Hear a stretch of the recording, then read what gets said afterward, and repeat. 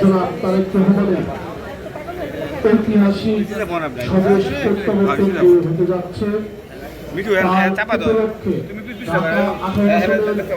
অন্তর্গত 8টি থানা ওয়ার্ডের সকল পর্যায়ের ব্যক্তিবৃন্দকে নিয়ে আজকের এই মতবিনিময় সভার সম্মানিত প্রধান অতিথি ঢাকা 18 আসনের ধানের শীষের মনোনীত প্রার্থী ঢাকা মহানগর বিএনপির সম্মানিত যুগ্ম আহ্বায়ক সাবেক ছাত্রনেতা জননন্দিত জননেতা জনাব এস.এম. জাহাঙ্গীর হোসেন উপস্থিত আছে। আমাদের সকলেরই প্রিয় ঢাকা মহানগর বিএনপির সম্মানিত যুগ্ম আহ্বায়ক জনাব আক্তার হোসেন, মহানগর বিএনপির সম্মানিত সদস্য আলী আকবর আলী, রফিক ভাই সহ আমাদের নেতা স্বেচ্ছাসেবক দলের ঢাকা মহানগর সাবেক যুগ্ম আহ্বায়ক সাবেক কেন্দ্রীয় সহসভাপতি সম্মানিত সদস্য সচিব কামরুজ্জামান ভাই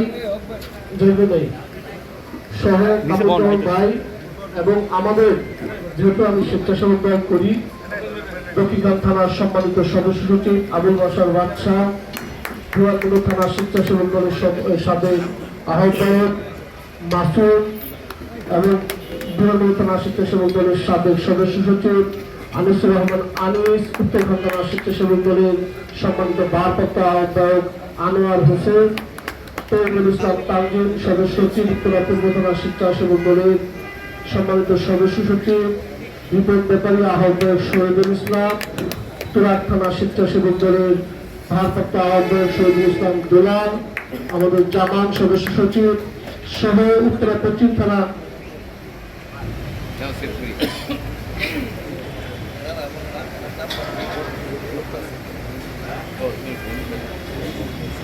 সিনিয়র নেতৃবৃন্দ এবং ছাত্রদল যুবদল স্বেচ্ছাসেবক দল শ্রমিক দল তাঁতি দল মহিলা দল সহ সকল পর্যায়ের নেতৃবৃন্দকে জানাই জাতীয়তাবাদী স্বেচ্ছাসেবক দল ঢাকা মহানগরের পক্ষ থেকে শুভেচ্ছা এবং বিপ্লবী অভিনন্দন। প্রিয় নেতৃবৃন্দ, আমরা যারা ইয়াং জেনারেশন আছি এখানে জাহাঙ্গীর ভাই ছাড়া বা জাহাঙ্গীর ভাই সহ কিছু সিনিয়র নেতৃবৃন্দ ছাড়া অনেকেই আমরা কিন্তু বেশিরভাগ মানুষই আমরা কিন্তু তারেক রহমানকে সরাসরি দেখিনি। গত 18 বছর যেই নেতাকে আমরা টিভি স্ক্রিনে মনিটরে দেখে আমাদের সিনিয়র নেতৃবৃন্দদের যে দিক নির্দেশনা তারেক রহমান দিতেন, সেই নির্দেশনায় আমরা কিন্তু গত 17 বছর বাংলাদেশের গণতন্ত্রের জন্য এদেশের মানুষের ভোটের অধিকারের জন্য কিন্তু আমরা আন্দোলন করেছি। সেই নেতা আগামী 25 তারিখ বাংলাদেশের মাটিতে ফিরে আসছে, সেজন্য আমরা সকলে করতালের মাধ্যমে আমরা খুশির সংবাদটি জানাই।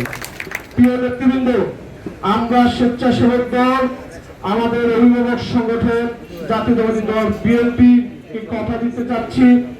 জাতীয়তাবাদী স্বেচ্ছাসেবক দল অতীতে সকল প্রোগ্রামে যেভাবে আমাদের স্বতঃস্ফূর্ত অংশগ্রহণ ছিল, ইনশাআল্লাহ আমাদের সাংগঠনিক অভিভাবক জনাব তারেক রহমান 25 তারিখ ঢাকার বিমানবন্দরে যখন অবতরণ করবে, এর অনেক আগে থেকে ইনশাআল্লাহ এই বিমানবন্দরের এরিয়াতে আপনারা যেখানে আমাদের স্পট দিবেন সেই স্পটে আমাদের সবচাইতে বেশি নেতা কর্মী নিয়ে আমরা অবশ্যই উপস্থিত হব। সেই প্রত্যাশা রেখে আমার বক্তব্য এখানে শেষ করলাম।